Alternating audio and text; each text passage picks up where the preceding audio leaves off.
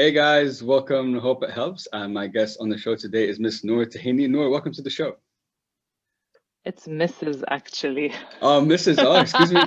Sorry, No, sorry. I'm joking. It's an outdated, archaic way of referring to women according to their marital status. So Mrs. fine. Welcome to the show. How are you doing today? I'm good, thank you. Thanks for having me.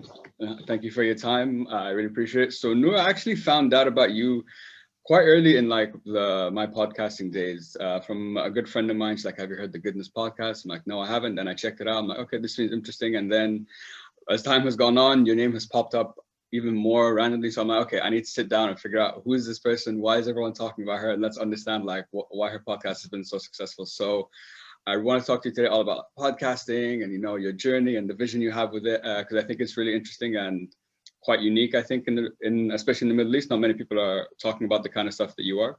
But before we get into everything, Noor, why don't you give all of us a little bit of background about yourself, and we'll take it from there.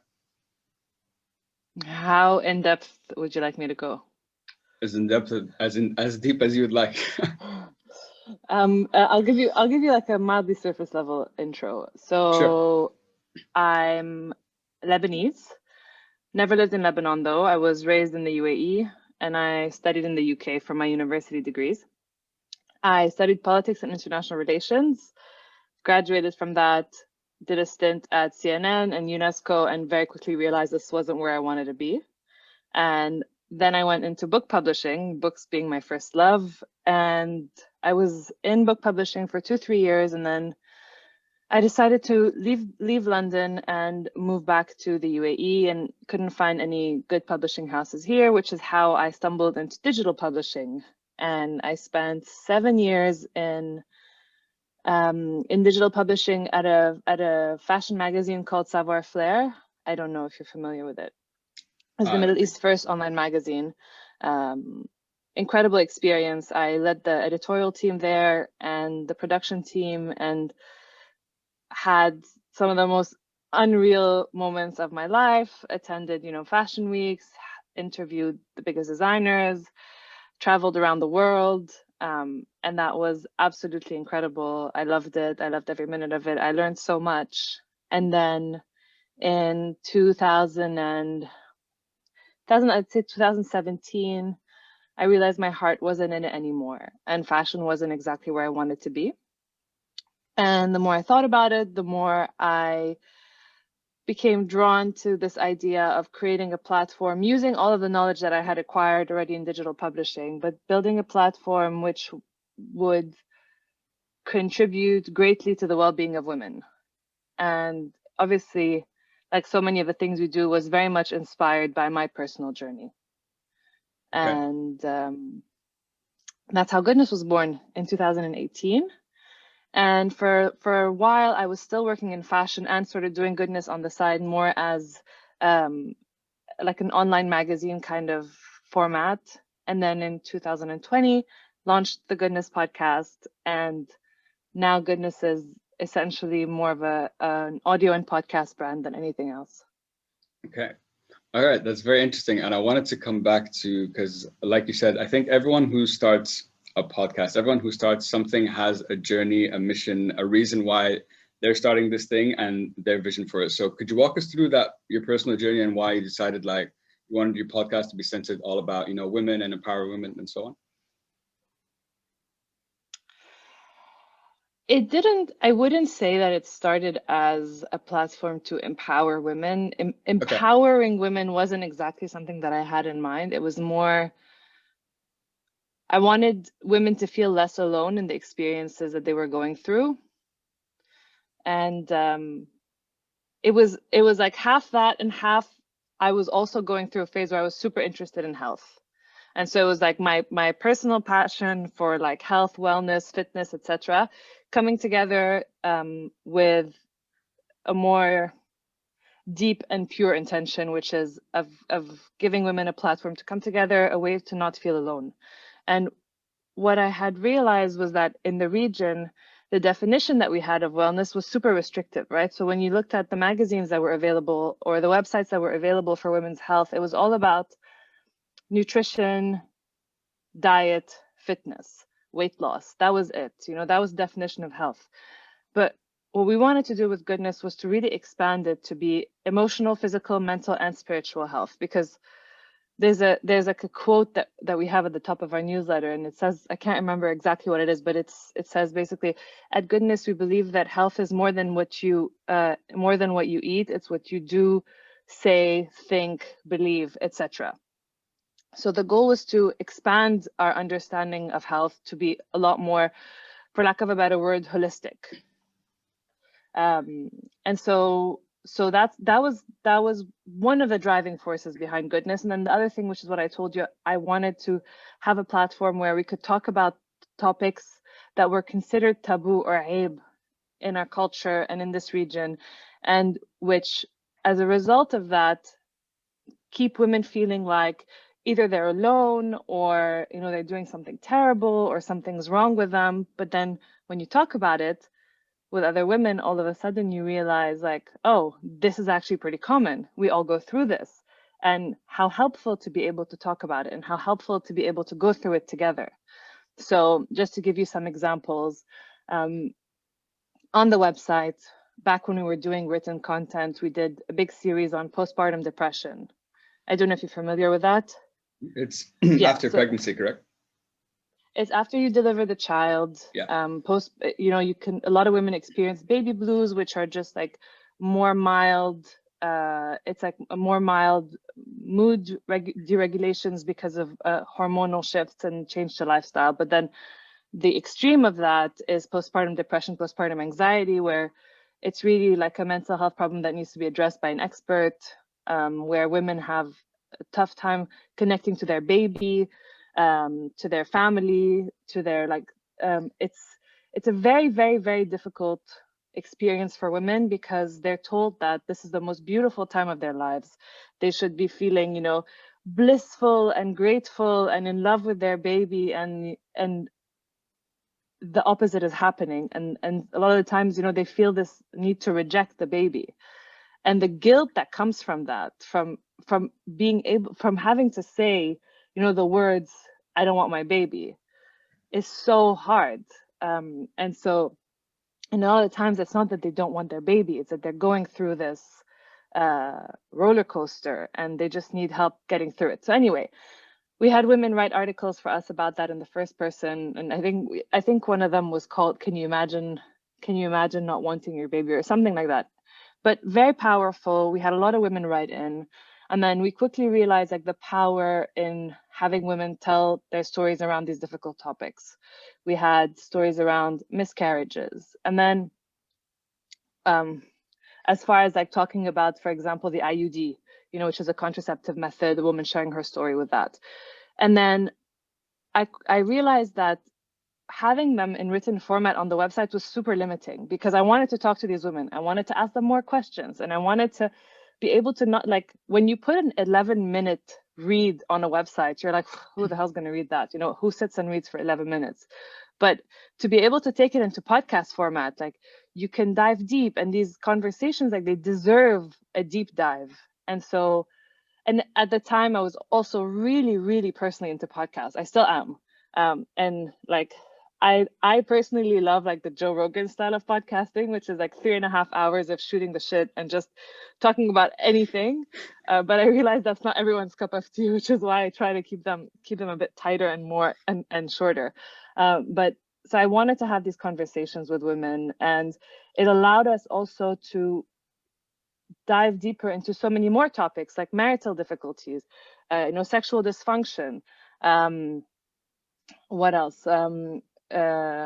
Like your family going broke in Dubai, losing everything you have and coming back from there. So all of these topics that are not really part of like discourse, because it's the kind of things that, Aib, you don't want people to know about you. You don't share. And so what I was saying is like, let's share. Let's have these conversations. Yeah. I really like that you're shedding a light on those difficult topics, because like you said, they are the ones. They are the ones that, you don't really speak about publicly, or sometimes with anyone, even with like your close family, sometimes, sorry, those things aren't shared. So, and that's the beauty of podcasting, I think, about sitting down and having a conversation with someone. Because like you said, reading something is great, but when you can sit down and have a conversation, listen to the story straight from that person, it's a completely different experience, and the listener is going to resonate with that, I think, a lot more. So in the early podcasting days, walk us through, like, how did it start? How did you go about finding your first guest? How did you feel in the first recording? Because I know when I started, I felt like super nervous. I was like, what am I going to talk about? Who's my guest going to be? Just walk us through those early days. Well, I actually fucked up the first recording because I forgot to turn the AC off in the room where we were recording. And so like all you could hear was the AC in the back. But I learned quickly.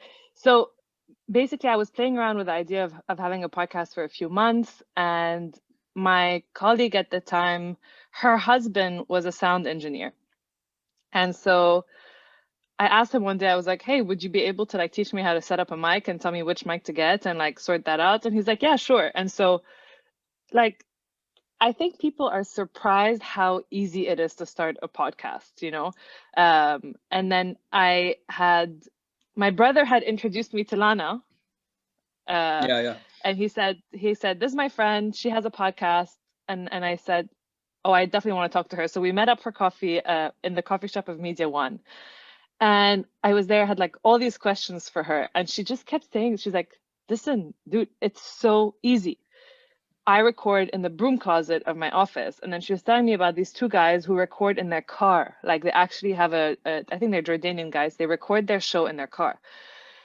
And I was like, okay, I'm going to take her word for it. Apparently it's super easy. And so I went out, I got a USB mic, plugged it up to GarageBand. And Steven, the guy I was telling you about, helped me set it up. And then I had my first recording and royally messed it up. It was basically just AC sound. And so the girl I was interviewing was kind enough to come back for round 2. But as a person, like I'm generally super inquisitive and very curious. Like my husband says I could talk to a shoelace, you know, like I have so many questions, and I've always preferred to ask questions and sort of like build my understanding and build my opinions, etc., rather than share my opinions and beliefs. And so I love being on the questioning end. And also something that I wanted to tell you as well is having a podcast has been like super therapeutic for me. I don't know if you find it to be the same, but I've always been a little bit unsure about, you know, I'm the kind of person who will say something and then I'll walk out of the room 30 minutes later, I'll be like, why the hell did I say that? Or like, I wish I hadn't said that, or I wish I had said this. And I second guess what I say a lot, and I have for a long time. And I'm also not the best person at expressing myself. So, you know, like throat chakra, kind of like, if you're looking at it spiritually, has often been blocked. And to have and weirdly, I also hated the sound of my own voice. And I never thought I would go on a podcast because I was just like, who the hell wants to listen to that?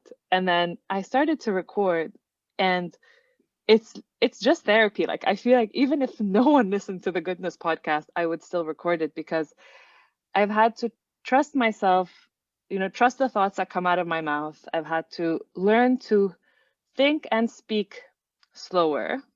And I've learned to express myself. And I realized that my voice is okay. Like it's not the worst voice on the planet. It's obviously not the best radio voice, but it's fine. And so I love that. So that's been like therapy to me. And so yeah, the podcast launched January 18, 2020. And today we're in Feb, and our 59th episode is coming out. So that's it's super exciting. And yeah, I'm hoping for big things this year. Yeah, no, I'm sure they're coming. And thanks for sharing that story. There's so many points and things you were talking about that I related to. I remember like in my first couple episodes, there was an episode that I recorded with a friend that had to be like scrapped. I'm like, no, I wouldn't. It was so bad. Like the audio quality was so bad that I wouldn't even listen to it. So I'm like, yep, we're throwing that away. And like listening, like saying your words on a mic, you're like, oh, people are gonna hear like what I actually think about like this topic, like how I hope I don't sound like this. I hope I don't think I'm like that. And a lot of people actually during a lot of people who have come on the show as guests, they'd be like, oh, I hate listening to my voice. I'm like, by now I love listening to my voice. Like, khalas, you know, it's been Yeah, like, same. it's been like, but on the point that you said, I think podcasting for me has been, I wouldn't say therapeutic. I think it's been probably my biggest learning and growth experience as a person, because I've had so many different people of ages, backgrounds, experiences, and each recording is like a blank slate. I'm like, will I be able to connect with this person? How do they speak? How do they think? When should I bring in a question? Are we having that connection? You don't always get that. So you like, I really learned a lot about people, just like trying to understand people. How have you had a similar experience? Yeah. And when you said there's not always that connection, like sometimes like I will sweat through an entire recording. Yeah, because that's exactly how I describe it. It's like you're trying to pull answers out of the person. Yeah. But so there's a guy called Omar who runs a company called Dukan Media, and he's been in podcasting for a really long time. And he told me that it takes about like 40 minutes for a person to get comfortable with you. And so sometimes they'll record for 2 hours because they want to get the person past that 40 minutes of like really loosening and opening up. And then they will edit, and then they'll take like the 20 minutes that they want. But I mean, that's one way of doing it. But yeah, I totally agree that sometimes the person sitting in front of you is just not giving you much. What did you ask me? Example. No, if you've had a similar experience with like podcasting, speaking to people, and connecting with like people, yeah. Yeah, definitely. I've learned so much. And just to add to what I was telling you before about, because you were saying you were worried about sharing your experience or sharing your thoughts about a topic. And I think I realized that as long as you share your experience as opposed to an opinion, it's kind of like, because you only have your experience, right? You can only go based off of that. And I think I try to just stick to that, because when you go like, when you expand the picture and you try to like you get prophetic and you share like these beliefs and thoughts, etc., that's where, you know, like a belief is never fully formed. Your opinion is never fully formed. It's always changing. And I heard a guy on the Joe Rogan podcast, I think he was actually the CEO of Whole Foods. He said, opinions are like clothes, you know, you can always change them. But the thing with like a podcast or what, like those thoughts or those opinions are enshrined for like they exist forever in the form in this audio format where you can always go back to them. And I would hate to have every like random thought that I've had immortalized, basically. So I share experiences. But to go back to your point, yeah, definitely, it's been incredible for connecting with people. I do prefer in-person podcasts, and for the first 3 months of recording the podcast, so yeah, from Jan to March, I would record in person every week. And then the pandemic happened and everything moved obviously to Zoom. But you don't get the same, it's hard to get the same connection from, like, the worst is when the person on Zoom can't turn on their camera or doesn't turn on their camera, or the connection is not good enough, because you're just like talking to their initials, and it's, you don't get the same connection as you would if you were talking to them face to face. But yeah, it was challenging in the beginning on Zoom, because it was also figuring out what is the best setup. So, you know, you record a few episodes without your guest using a microphone and you realize the audio is so bad. And then you record a few episodes and the guest told you they turned off their AC, but they didn't. And then like I recorded with one woman who spent the show itching. I think she was itching her hands or her pants. Like she was just doing this like nervous thing. And all you can hear is like on the recording. So there are definitely some like some growing pains there when it comes to establishing like a proper system that works at home. But safe. I have been recording some episodes in a studio in Dubai as well that they have a huge studio room and they like can really space us like on two different sides of the room. So for people who are comfortable, who are vaccinated, etc., that's been an option. But in general, it's been on Zoom. Yeah. I remember because the growing pains, I can, like when you're talking about it, I'm just like reminiscing about all the like the mess ups at the beginning, you know, like you hit the mic, this happens. And at the beginning, I was so like obsessed and like anal with like the sound quality. I still am. I still try to get the best sound quality I do. But a friend of mine told me, and it like changed games. I gotta listen. If you can get it 80% like good, the last 20% no one's really going to care about. So all that I would spend like an hour episode recorded that was recorded face to face, which is when you get the best audio quality. Mm-hmm. I'd be like sitting and like a chair would have moved for like a millisecond. I'd be like, no, they're going to hear that. People won't like it. Like, khalas, you know, after all this time. And especially with Zoom, the biggest challenge for me, and still is sometimes, but I've just come to terms with it, is that I can't control how the other person's going to sound. If they're like, thank God you have a mic today, so the sound's going to be fantastic. But other people, Yes. They just have some headphones, they just have that. So I can only control mine. So that's why I record it like on this, because I get the best quality. So it's not like through Zoom, no connection issues, whatever. What is that mic? It's a Zoom, ironically. Oh, there's something called a Zoom? It's a Zoom mic? It's a Zoom recorder. So basically, this Oh. is like my mic, and then I can connect four separate mics here, and each person gets their own individual audio track, and I can control it all. Nice. Through this. Yeah. And what software do you use for editing? Audacity.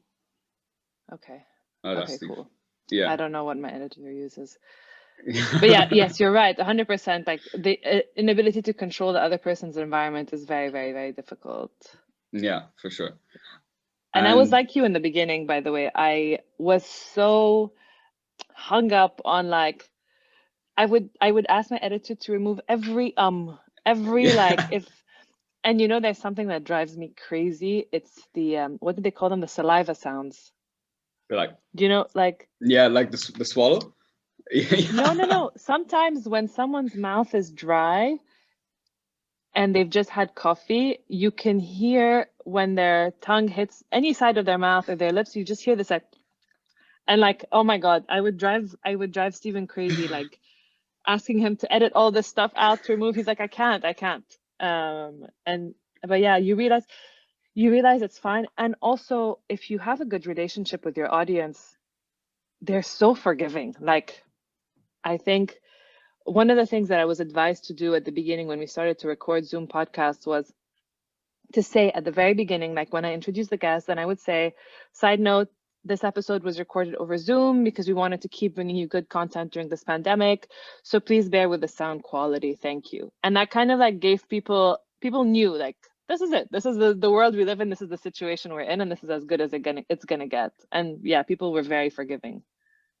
That's actually that's a great idea. I've actually never done that, but I think it's a nice setup for anyone. But in my mind, I'm like, you know what my normal content is. If it sounds perfect, then I was with this person. If it's through Zoom, like you're gonna know. And only recently I learned that like some of the podcasts that I follow, the big ones, you know, like School of Greatness, like Impact Theory, even because they had to do some through the pandemic too. Some of the audio quality from like the guests is like terrible, and they probably have God knows how many listens. So I'm like, okay, yeah. So it's not as big a deal in my head as I thought it was, but I still always try to make it, you know, the best I can. Yeah, I think it's bigger in our heads than it is in anyone else's heads. 100%. I wanted to move on to, so this is a topic that I haven't really discussed in the podcast, all about kind of what the whole vision behind your podcast is with like women's health and like, you know, women empowerment and just that whole picture. So one thing, so I listened to your episode with Elisa, and one thing she said that I thought was interesting, she's like, the term women empowerment has become like overused. And that reminded me of like the term, for example, mental health awareness. Everyone talks about mental health awareness and like women empowerment and so on. So I'm like, okay, first of all, how would you define women empowerment in your own words? And two, if we don't want to use that term now, what should we be using instead? What would you say? Good question. Very good question. Yes, the term women empowerment has been overused, but mainly because it's been commercialized, right? So as we discussed in the podcast with Elisa, it was made into slogan t-shirts and keychains, and every brand on the planet was like, I want to camp, because I did that when I was working in fashion. I did brand campaigns, and they would say, we would ask, what do you want? Like, women empowerment. Everyone wanted women empowerment, and essentially women empowerment became a way to sell you more products. So I was saying that is generally what happens with movements in the world. And like, I think we saw that a little bit with Black Lives Matters last year, right? It was what everyone was talking about. It was everywhere. And then, now where is it? And you'll often see posts on Instagram that say, Black lives still matter, even if we're not talking about it.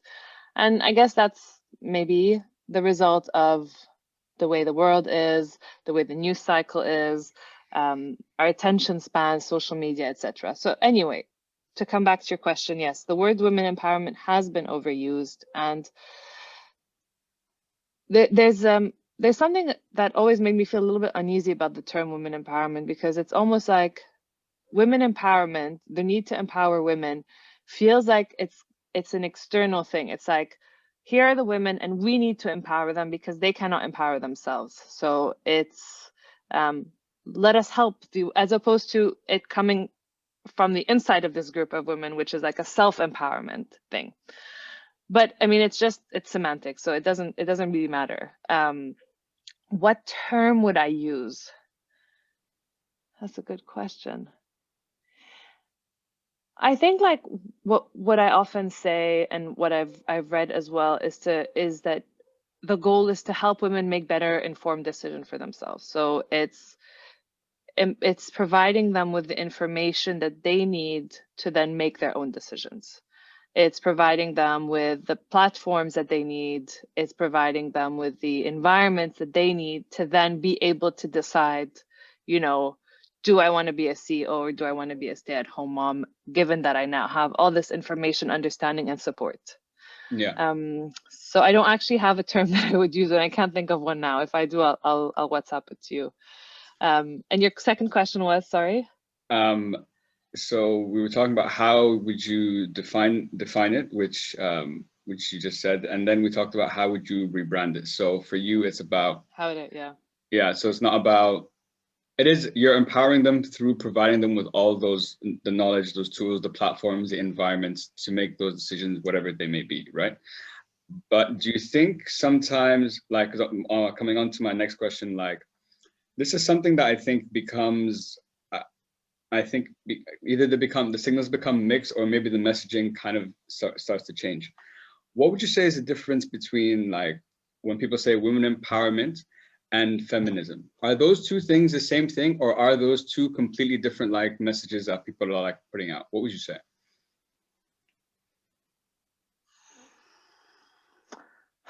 Yeah, feminism is a very intricate and sort of in-depth movement that has a huge history behind it, and there have been waves of feminism. I think we're maybe in the fourth wave of feminism right now, and each wave has had its own characteristics and its own demands and its own driving forces. So I would say that feminism as a movement is a way, I don't want to say way bigger, but it has a lot more depth, like it's an anthropological, philosophical, political, it's like a web, and now in the US they have, for example, intersectional feminism, and it's really, really like a very, what's the word I'm looking for? I don't want to say very heavy topic. That's not the right word. It's a much deeper movement with roots that run, decades deep, and a lot more nuanced than just female empowerment. I did want to say something though, and we kind of touched on it with Elisa on the podcast that I recorded with her, was that feminism, or let's say women empowerment, for example, looks different in different parts of the world.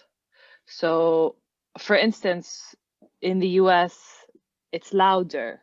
It's has different demands and different faces because of where they are on their journey. In the Middle East, for example, it's completely different. You know, like we are faced with different obstacles, different challenges, different parameters, different realities.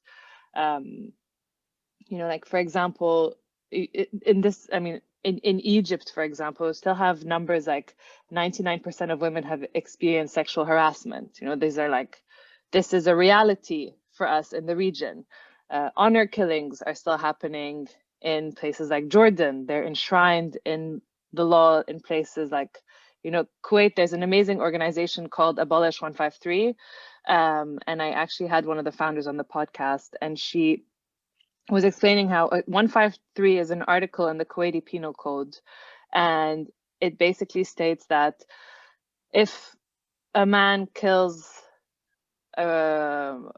his wife or daughter or mother, whatever, and it's deemed like an honor killing, then his sentence, I can't remember, but it was like something like $15 was like the fine that he had to pay, or something like that. It's ridiculous.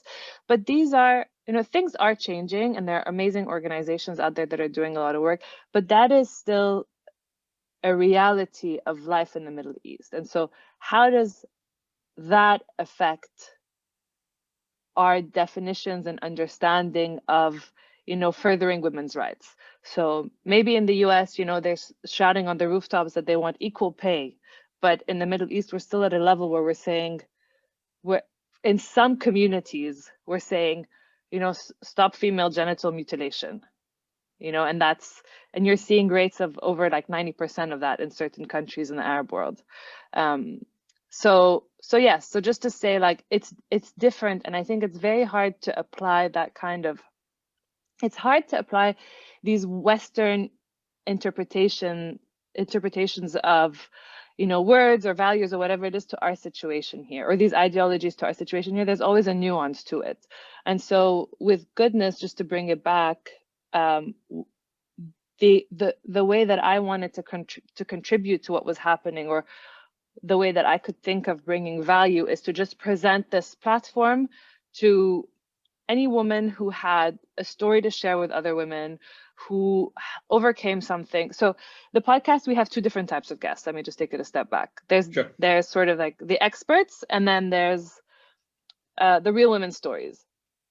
So experts will be like, it'll be a doctor, a therapist, someone who is sharing, who is offering value through their expertise. And the other type of guests, like the more like me and you kind of, well, not you, sorry. Like, just I'm more used to having women on the other side of the camera, the mic. The other ones are just women who have experienced something, who have like grown through a personal experience, and are sharing lived advice. And it's very powerful to hear another woman's story and to hear how she went through it, whether it's like how she went through IVF, or how she fell from a climbing wall, broke every bone in her body, and used positive affirmations to start walking again. Like, whatever it is, there is power in that. And the goal was for these women to always either be Middle Eastern or come from the Middle East. Sorry, be Middle Eastern or live in the Middle East, because then the stories are relevant and accurate to, they're accurate and relevant to what other women here are going through. And I think you made a very good point that, and like you guys discussed in the podcast, and I didn't consider that feminism and all these and like women empowerment, all these kind of things are so different across different cultures, and that's not something that I personally ever considered before. But like you correctly said, like some things in the States, for example, that might be more liberal, we might be more conservative on here, you know, different cultures, backgrounds, societies. So it's very hard, like I said, to get a common ground that all women around the world can be like, okay, we're all on this, and we build, like, this is the foundation that we build from, because everyone's on a different everyone's on a different level and a different playing field.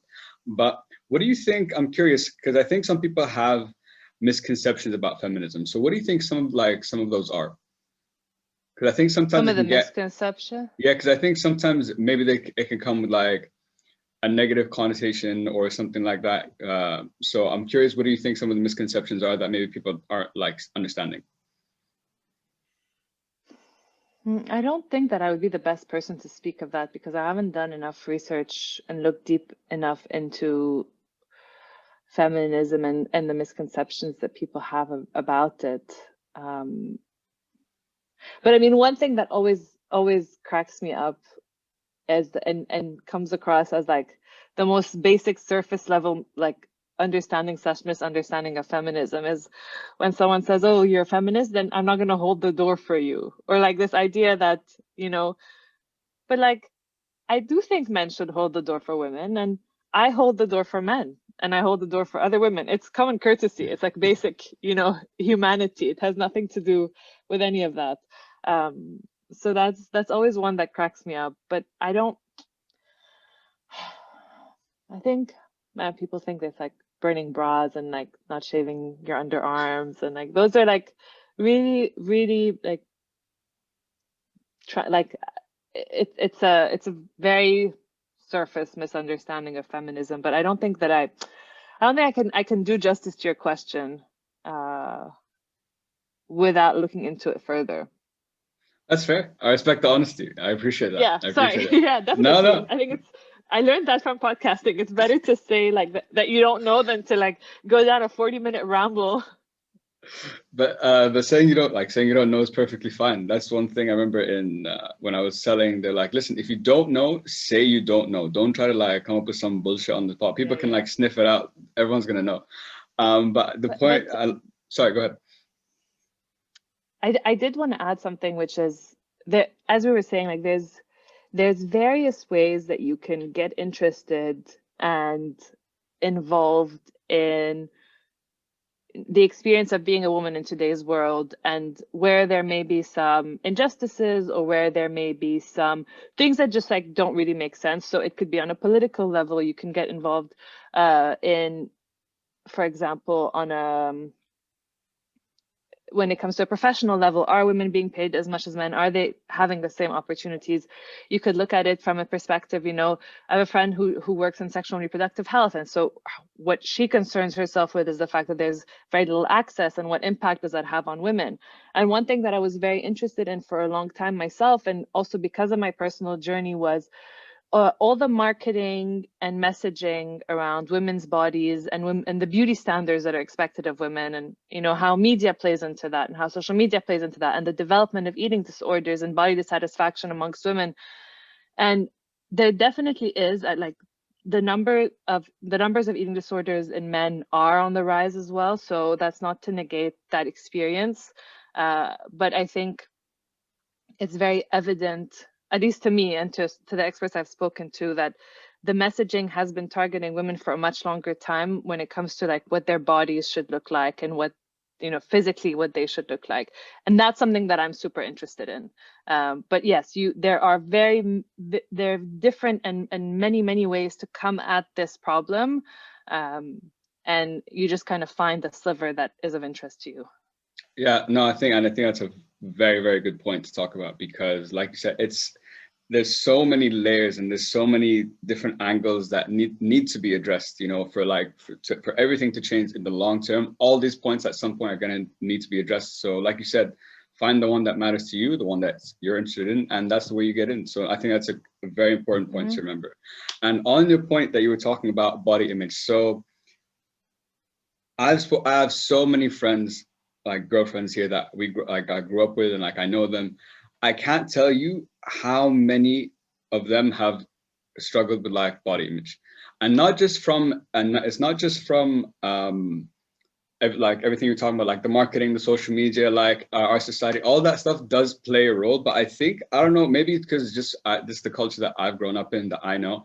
I think in our culture, the Arab culture, like there's pride is a big thing. There's always that thing like, what will those people say? I don't know who these people are. These like that exist in the world. But do you think because of the culture that we've grown up in, or that we live in, that emphasizes that whole body image thing? Or what would you say? Because I know I've heard from so many people that that's a problem. Yes, absolutely. I remember the woman who was my therapist and who took me through my eating disorder and body image therapy for almost 2 years. She is the vice president of the Middle East Eating Disorder Association. She's she's educated in France, has traveled the world, attended conferences around the world, is very involved in research around this topic. And she's said to me, she said, I've never seen numbers like we have in the Middle East when it comes to eating disorders and body image. And she said this because she's never seen the pressure that she's seen in the Middle East on women to be a certain way and to be, to be perfect. The pressure that there is on women is a lot. And these are her words. So in her observations, she said, yeah, that definitely it has something to do with being in this part of the world. But I started to watch Friends again, just as like a 20 minutes way to wind down at night and to stop my brain from going around in circles. And it just hit me because I was looking at Rachel, Monica, and Phoebe, and all three of them are stick thin.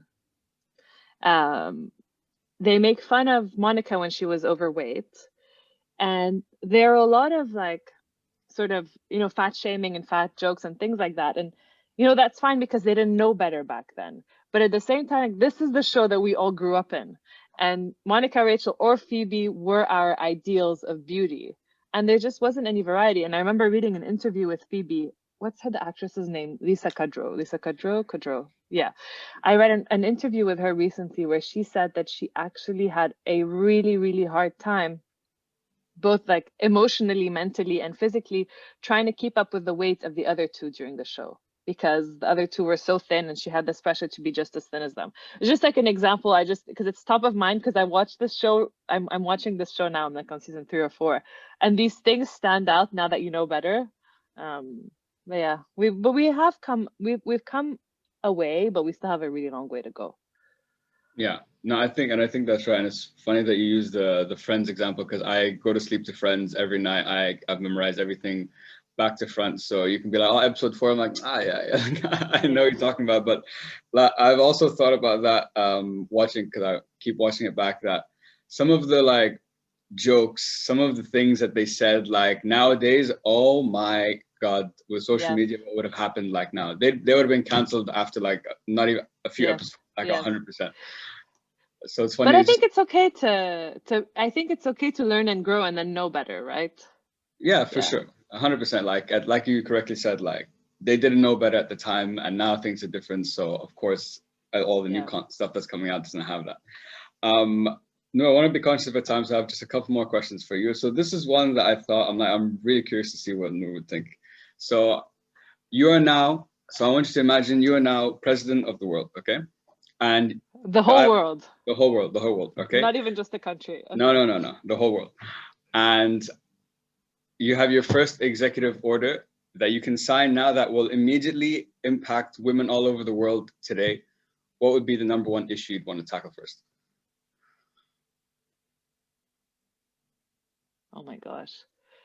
It's funny because when you said that, the first thing that I thought of was that it would be an environmental policy, actually. Okay. Yeah, because that's like what really pulls at my heart all day is that. But if I had to implement one policy globally, I think that it would be adequate sex ed in all schools for boys and girls. Okay, interesting.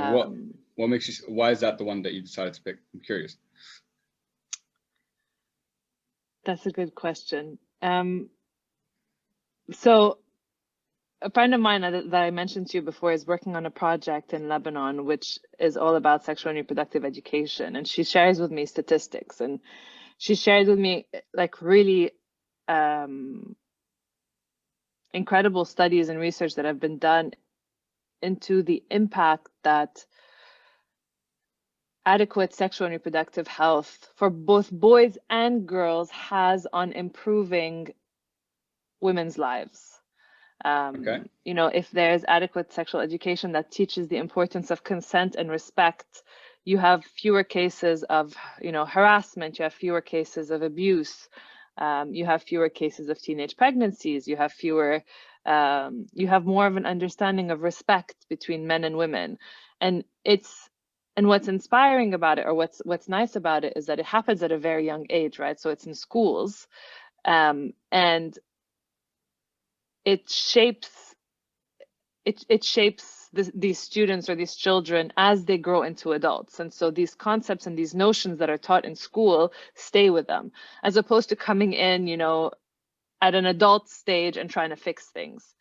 So I had a recent conversation with her about that, and it stayed at the top of my mind, which is, but it has to be effective programs. So it can't be like, what do they have in the US? They call them, what do they call it when they, not exempt, when they, the word to say that they basically don't have sex, they abstain, abstinence Yes, abstinence program. yeah. So abstinence programs are not effective programs where you only talk about, you know, the reproductive system and how babies are made is not an effective program. It has to be a lot more in-depth, etc.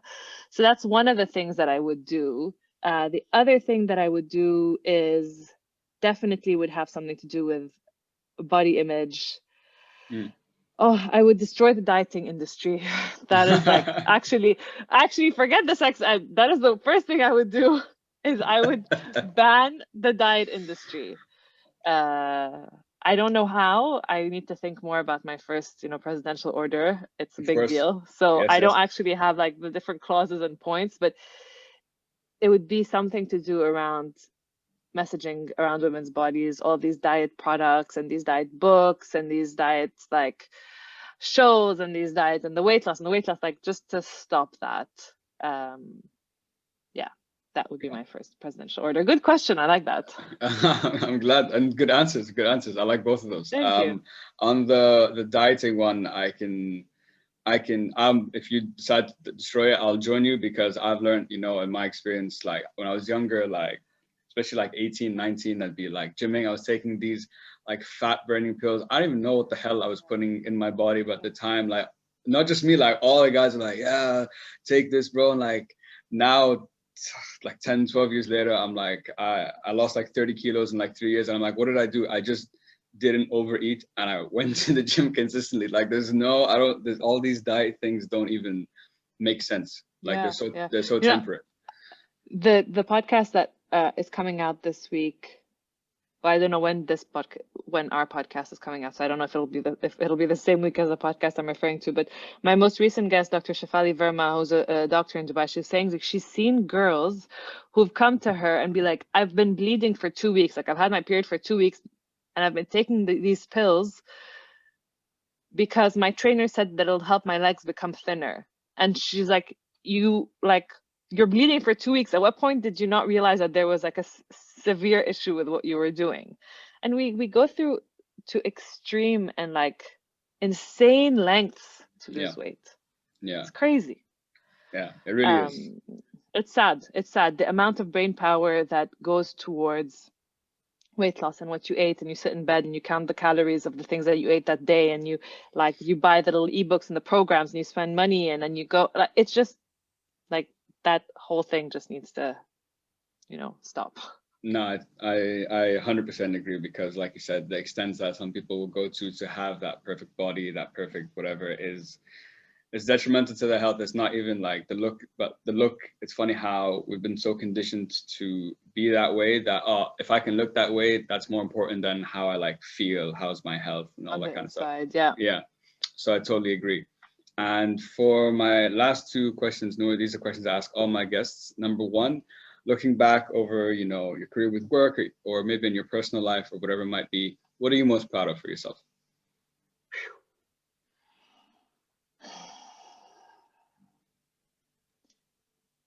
I think when it comes to my career, I'm most proud of the podcast, because of the conversations I've been able to have because of what it means for me personally in my personal growth, which we touched on earlier, and because of the impact it has on women's lives. So like my favorite thing is to receive messages from women, like DMs saying, I heard this podcast, I don't feel alone, or I love your podcast, I wait for it every week.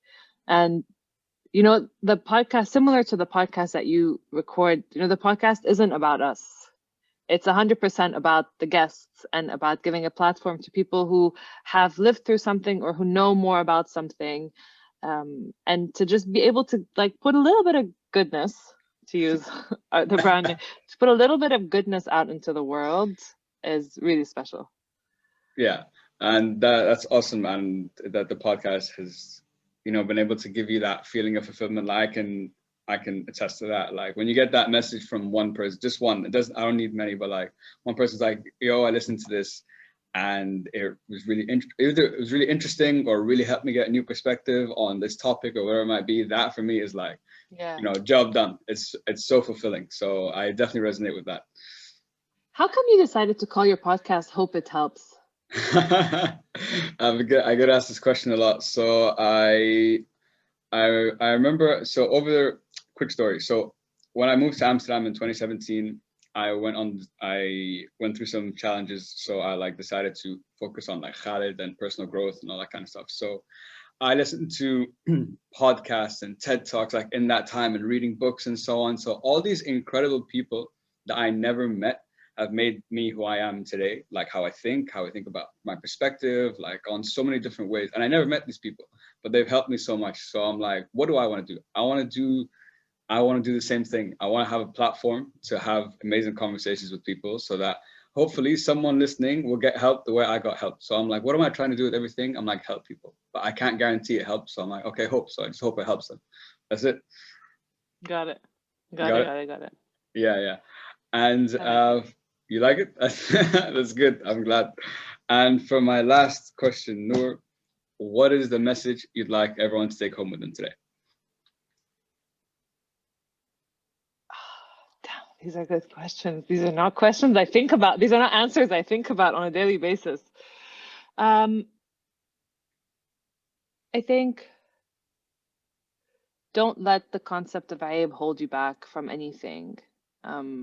It's a horrible cage that a lot of us have lived in and, you know, grown up in, whether it's, you know, it's aib to talk about the problems that you have, or it's aib to have a weakness in any part of your life, or, you know, it's aib to admit that you struggle with your body image or that you have an eating disorder, or it's aib to express yourself, you know, sexually as a woman, or it's, and all these cages, you know, they hold us back and they stop us from getting the help we need, and they stop us ultimately from connecting in a way that is meaningful and that helps us to overcome various, you know, issues, problems, stages in life. And you're not alone. And it is actually like shocking how many of us are going through the same thing. I think this is a little bit more for your female audience than your male audience. I can't pretend to understand the male journey. And yeah, I think there's power in numbers, there's power in coming together and having honest conversations, and this is what is going to help us to, you know, get through the hardest times and the hardest experiences that are part of being a woman in this part of the world. So that's it. That's my advice, I think. That's a beautiful message, and I love how you said you didn't say don't let the shame. I love that you said don't let the aib, because when you say that, everyone knows what that means. Like there's more behind that than just shame, and don't let it stop you. And I think, like you said, you're definitely not alone. It's crazy how many people are going through what you're going through, and even worse sometimes. So like, it's nice to know that, you know, like you said, there's strength in numbers, and to have a platform like you do and like what I do to have these kind of conversations. Hopefully we can get rid of that aib and help some people. So thank you so much for coming on the show, Noor. This was a fantastic conversation. I loved it. Learned so much about like, I've never spoken about like women empowerment and the female perspective on the podcast. So I really wanted to dive Yeah. into it today. So it was really, really interesting for me. So, and congrats on the podcast and all the work you're doing. And thanks so much for coming. I had a great time. Thank you so much for having me. I hope your audience enjoys this different perspective. And I also realized that maybe you have some non-Arab, like Arab listeners who might be a bit thrown off by aib. So it's a good thing that you said at the end, aib is like an Arabic word for shame. So Yeah. just clarifying that. Thank you so much, Khaled. It was great talking to you. It was awesome. It was a pleasure. Guys, to everyone listening, thank you so much for your time. I really appreciate it. And as always, hope it helps. Peace.